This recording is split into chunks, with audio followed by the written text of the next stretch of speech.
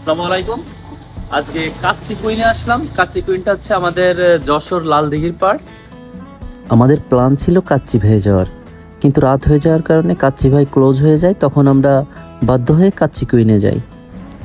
Kacchi কুইনের lighting system, ভিতরের decoration, space অনেক সুন্দর ছিল। আর স্পেসটা খুবই বেশি, মানে কাচ্চি ভাইয়ের থেকেও ডেকোরেশন বা আপনার স্পেসটা অনেক বেশি। আমরা 3 জন গেছিলাম এবং 3টা বাসমতি কাচ্চি এবং 3টা বাদাম শরবতের অর্ডার করেছিলাম।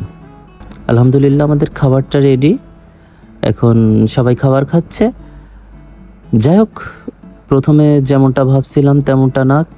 বাসমতি যে রাইসের পরিমাণটা খুবই বেশি ছিল, মানে একজন মানুষের জন্য যথেষ্ট পরিমাণ খাবার। আলী ভাই খাবার খাচ্ছে, খেয়ে বলল যে না আলহামদুলিল্লাহ বেশ ভালোই।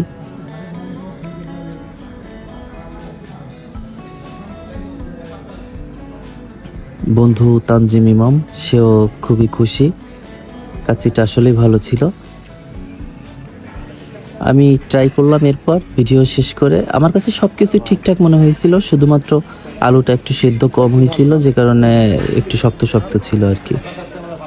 আলুটা আর একটু সিদ্ধ বা আর একটু সফট হলে বেশি ভালো লাগতো।